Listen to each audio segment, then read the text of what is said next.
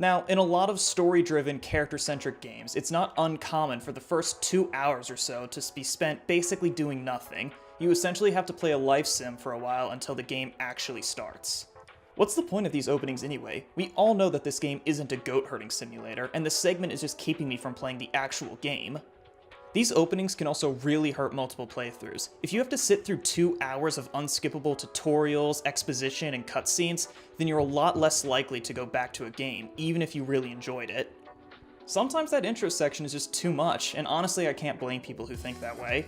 However, and hear me out on this, what if these opening segments are actually great? And anyone who disagrees with me is just wrong. I really like these kind of openings. I mean, believe me, they can be done bad, they can be done really, really bad, but when done well, they can be incredibly engaging. It's a great way to introduce the world to the player.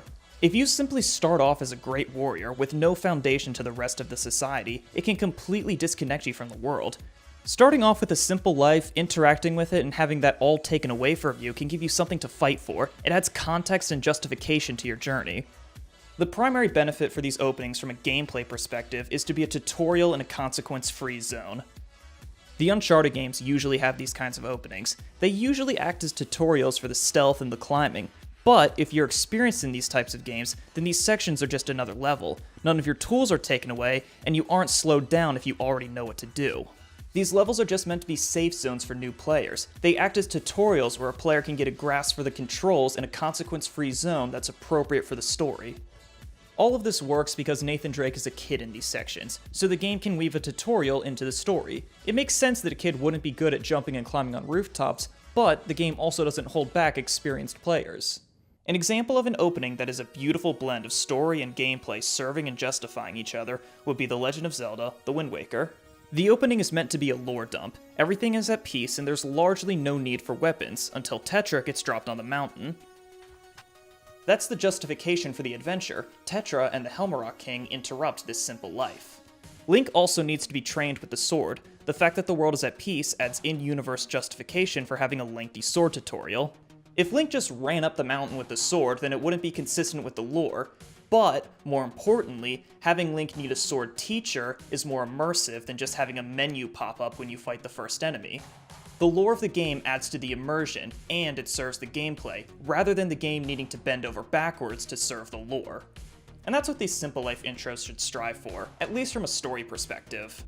In The Wind Waker, Link is learning at the same time that the player is learning. Well, I mean, the combat isn't that complicated, but it's important that the game be consistent with its own story and characters.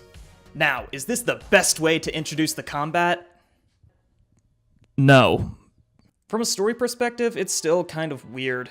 Tetra's just on a mountain full of monsters, and Link is dicking around in a dojo. Why didn't Orca save Tetra? He already knows how to use a sword. But I'm getting off track. You play as Link in the game.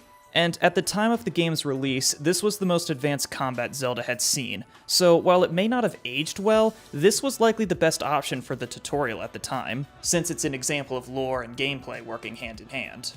Now, the best example of this simple life opening that does everything right would have to be Kingdom Hearts 2. That's a bold claim, I know. Not really. It's an incredibly long tutorial where you don't even play as the main character of the game. And the intro has very little bearing on the actual story of Kingdom Hearts 2.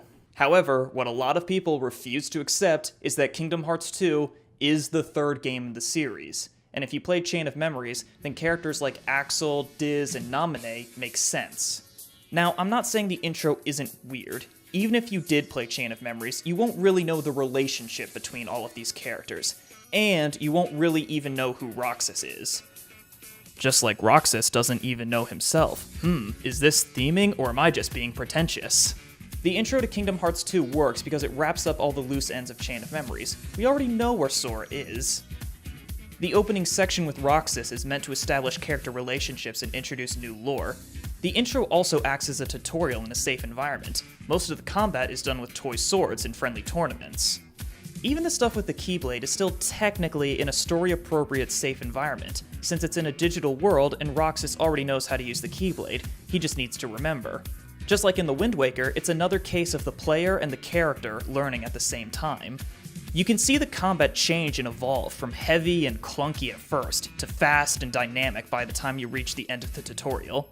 And if you're playing Kingdom Hearts 2, then you've likely already played Kingdom Hearts 1. You, the player, is already at least somewhat familiar with the combat. They just may need a refresher, just like Roxas.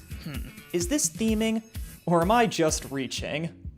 I'm probably reaching with this, to be fair. Whatever though, it adds some sort of justification to the tutorial. It's not like Sora needs to relearn how to use the Keyblade.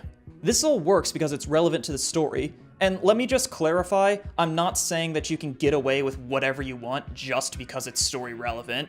Playing as the grandma in Wind Waker would have been story relevant, but that doesn't mean it's a good idea. It's that Roxas is such an important, distant part to the Kingdom Hearts 2 story, and the idea of nobody is such an important theme, it makes thematic sense to end a heartbreaking tragedy with Roxas disappearing, juxtaposed with happy-go-lucky Disney nonsense. I really do think these simple life openings can be a great way to introduce a player to the world, and it can be a great way to combine gameplay and story together in a way that makes both more engaging. These 3 games are just a few different examples of how I think this sort of opening can work, but these are by no means the only ways to use a simple life opening. I do think that this is the best way to mask a tutorial though, and I get that these openings can often be a chore to get through for some people, but I sometimes find these to be the most memorable part of the game. I would love to hear other examples of this style working, and even games where the style fails. Actually, no, scratch that. Please do not disagree with me. Please just confirm my bad opinions. Honestly, it's the only thing keeping me going at this point.